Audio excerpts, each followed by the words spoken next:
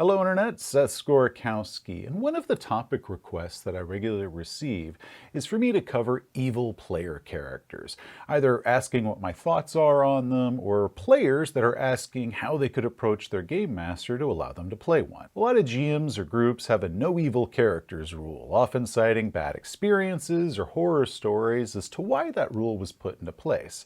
I've done a video on the roleplay terrorist, the jerk who intentionally tries to disrupt the game, sow chaos, and ruin everyone else's fun, and then throws up the defense, well, that's what my character would do, as if that's a magic catch-all justification for them being an intentional jerk. I've also talked about the murder hobo, the player who just murders and kills instead of roleplays, either because they're bored or they never feel consequences, or they're being passive-aggressive to the other people around the table, or they're just straight-up jerks and they're really just roleplay terrorists. And with both of those, some commenters came on and said, see? That's why I don't allow evil characters. However, for both of those weren't about the characters. Those are players. A problem player is going to be a problem player regardless of which character they have. Sure, an evil character might help enable that bad behavior, but it's not the cause of that bad behavior. And the fact that their character just happened to be evil really wasn't the problem. So those videos were about bad players. And we're not going to talk about bad players today. We've already covered that topic. What we're going to talk about today is good players who want to play evil characters. I really wasn't sure what category to put this video in. Maybe running RPGs for game masters or playing RPGs for players, and also because that playlist is a little bit neglected from me. But as much as this might be a how-to, since this is primarily opinion piece, I'm going to go ahead and put this in RPG philosophy, at least for now. Personally, I like evil characters. Many of our most memorable and loved PCs also happen to be evil. Evil can be good.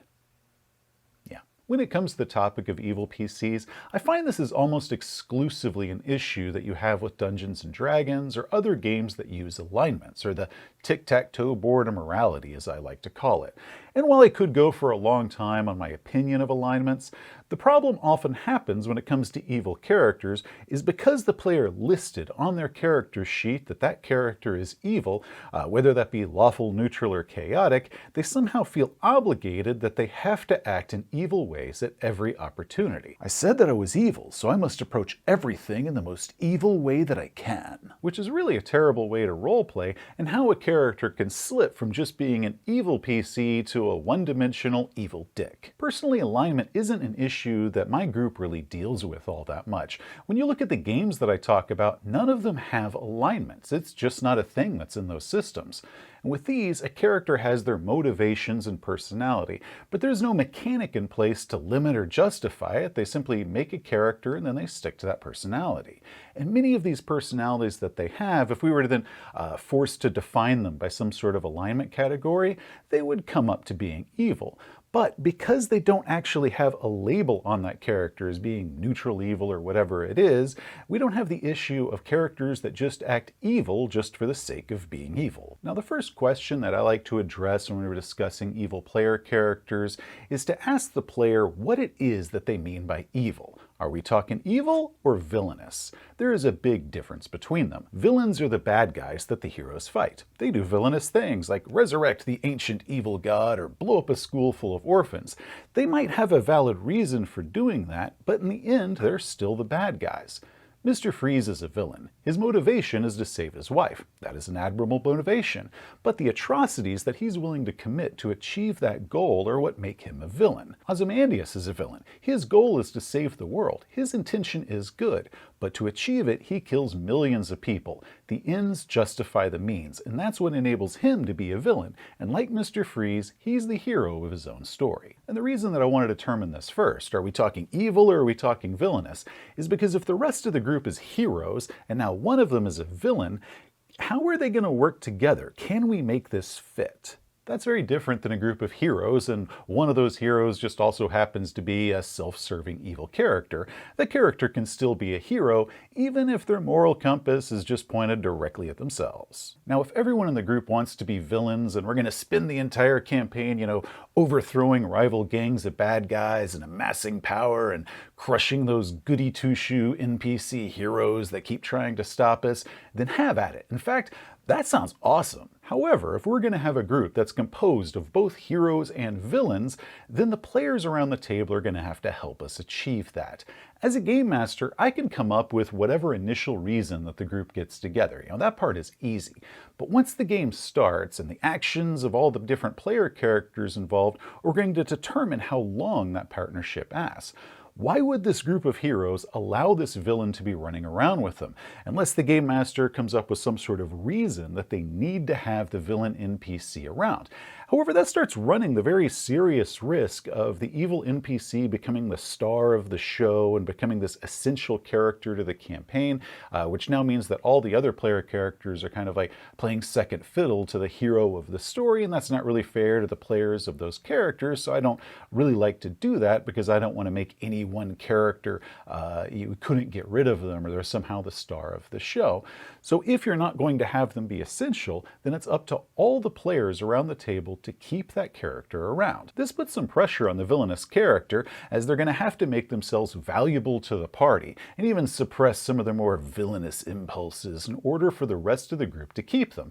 And that's when it can get interesting. That's when it can get fun. Because at some later date, when the villain's goal is in sight and the rest of the party is now in the way, what's going to happen then? This is very different than having a character who just happens to be evil.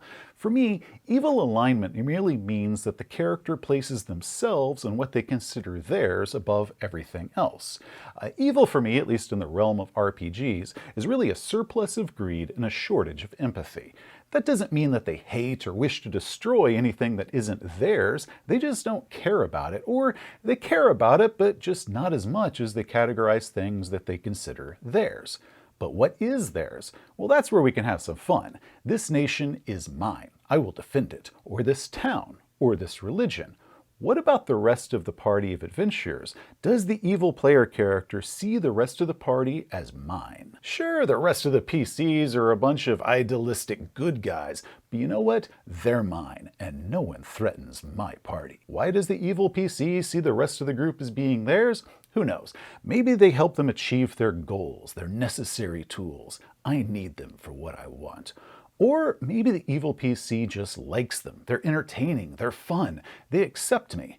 They're my friends, my family. It's up to the player to decide what motivates their own character. And if that character just happens to be evil, meaning for me selfish, what is it that they consider to be theirs? And if they believe that the party is theirs, then you're going to probably find that that character is the group's biggest defender. A lot of people say that an evil player character will never drop everything to risk their lives to go after a kidnapped or endangered player character, and the rest of the group has to bribe them with gold or something in order for them to do it. And okay, maybe that evil character doesn't see the character that's in danger as being theirs, but if that evil character does see that endangered PC as being theirs, that kidnapped victim is my friend, my companion, then they might face hell itself to get that character back. But at the end of the day, after they rescue their companion, they are still evil. Or maybe that evil player character goes after the kidnapped PC because they consider them useful or they're a tool. Or maybe they rescue the kidnapped NPC not because they personally like that character, they might not care one way or the other about the character, but their friend likes them. And that's when you have the case of, I'm not doing this for you. I'm doing this for him. Remember, evil characters can still love. They can still have friends. They can know the difference between right and wrong. They can love puppies and sunsets just like anyone else. They even might believe in their hearts that they're really good people. They might do great acts of charity, but the motivation behind it is different. It's not them being altruistic. Their charity is self-serving. Sure, yeah, they gave all their money to the school or to help all the roads get fixed, but that's because it's their town. The rest of the world can rot for all they care, but they're going to take care of their town. Or maybe all those actions of good or charity aren't out of kindness, it's because they're buying something with them. Fame, good reputation, some sort of future favor. Maybe what they're buying is trying to convince the other player characters or even themselves that they're not really bad guys. After all, nobody really likes to think that they're actually evil. But when push comes to shove, in the end, their nature is still focused on them and what's theirs. And if something stands in the way between them and their goals, even if that happens to be the party, the truth is going to reveal itself. This can make for that interesting scene when they're faced with that final moment, if the party is in the way of what the player character considers to be theirs, but also the party is something that they consider to be theirs, and they have to weigh the balance between them. This is like Darth Vader looking between Luke and the Emperor. My son who believes in me, or my Emperor and the power he can give me? I can't have both. Which do I choose?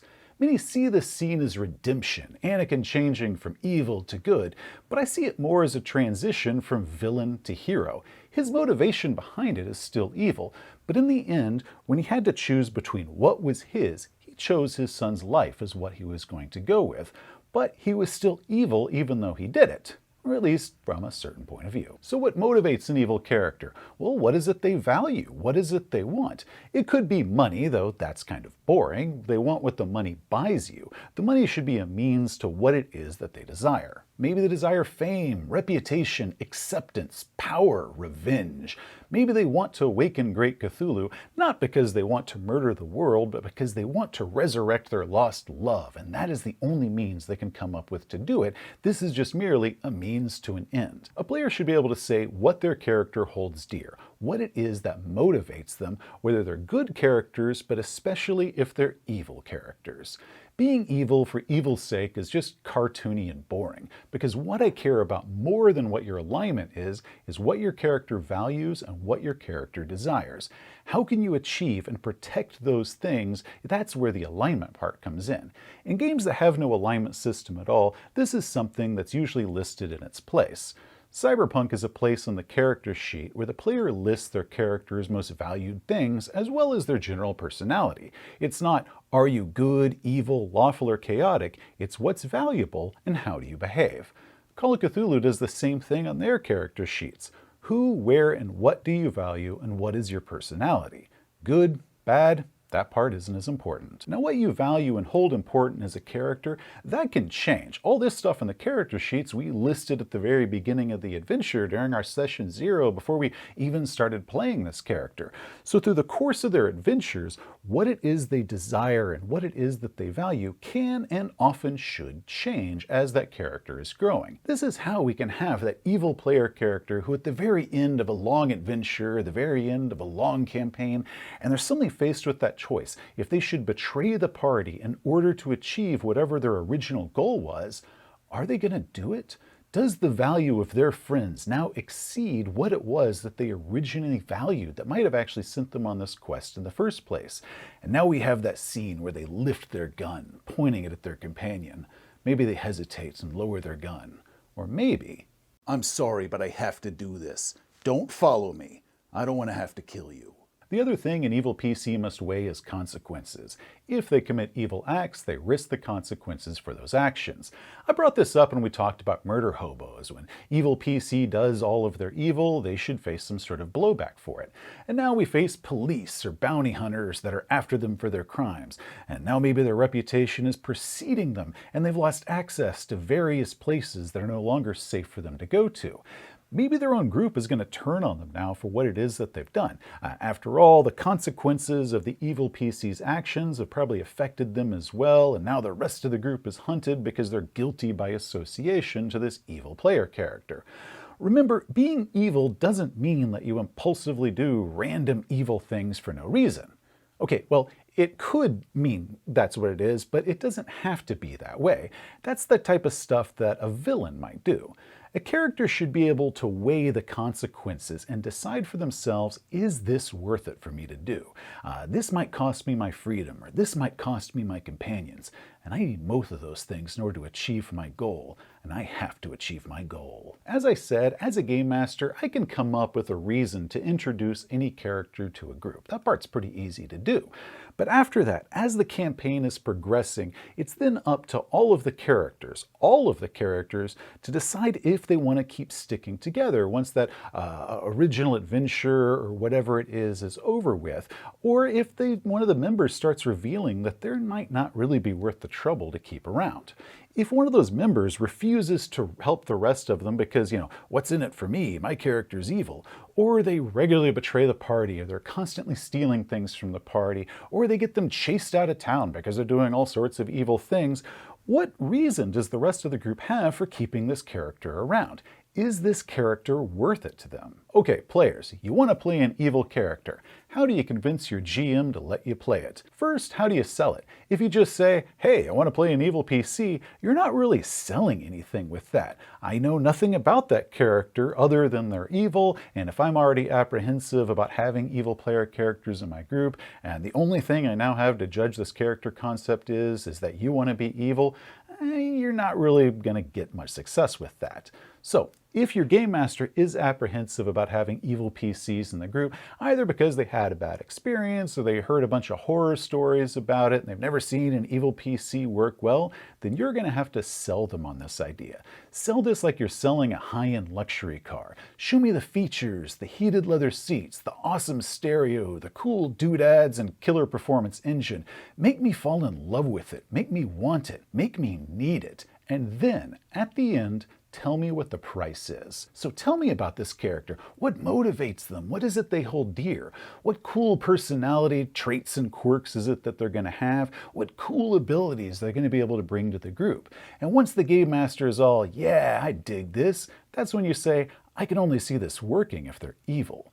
Because once you sell them on why they want this character, it suddenly becomes a lot easier to let you play them as being evil than it would be if you just simply opened the conversation with, hey, I want to play an evil character. Tell them the price last. Now, one thing that I wanted to show earlier when I was talking about evil characters versus villains, and while there's certainly a lot of just wonderful examples among TV and movies about characters that emulate being a hero while still being an evil character, one really comes to mind as being a perfect example of that. And this is probably going to get me a little bit of fanboy hate, but I opened the door with that when I did that thing about Vader, so that's already started. And that is Jayne from Firefly. Jayne is a great character, and the whole crew is just like a big party of PCs. And while they all have a bit of moral elasticity to them, Jayne is clearly evil.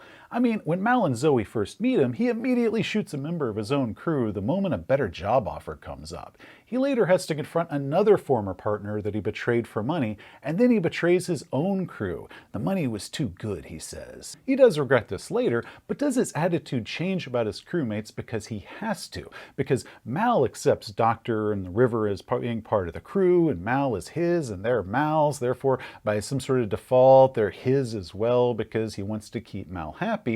Or does Jayne accept those two characters themselves, and now they're going to be part of his crew? They're part of his crew. And that part is never answered, and honestly, it doesn't really matter. Jayne will shoot first. He even tried to trade a gun for a woman once. Yet he also does good things. He sends money to his mother and sister. When Mal was held prisoner, he joined in on the rescue, though it could be argued that he only did that because he considers Mal useful for his overall goals, or that he just considers Mal as being his. Jayne even feels conflicted in rare moments, but he's still evil. Now he's still goofy and funny and an all-around wonderful character, and because of that, we still love him despite who he really is. So if a player was to walk up to me and say like, hey, I want to have an evil character in this space western game you keep talking about, I'm probably not going to agree to that as quickly because I now know nothing about that character other than they're going to be evil, and that's not really a good sales pitch. But if they came up to me and said like, hey, I want to play a character that's just like Jayne, and I only see Jayne working if they're going to be evil, I would agree to that character concept a whole lot faster. So in the end, the big thing that matters to me as a game master is that the player has a good and useful character. And as long as the player keeps to the social contract where they're actively trying to make sure that the rest of the group and the rest of the players are having a fun and enjoyable game, then whatever their character's alignment is really doesn't matter to me. Hey, thanks for watching. If you enjoyed the video, please give it a thumbs up. If you want to see some more of our stuff, such as game reviews or how-tos, just hit that subscribe button. Till next time, gamers, you have a great day. You know, I didn't shoot you during my betrayal earlier because I'm fond of you or I consider you mine or any of that stuff. Nah, I just didn't want to waste the bullet. You know, because that bullet, that is mine, and I figure I might need that thing later.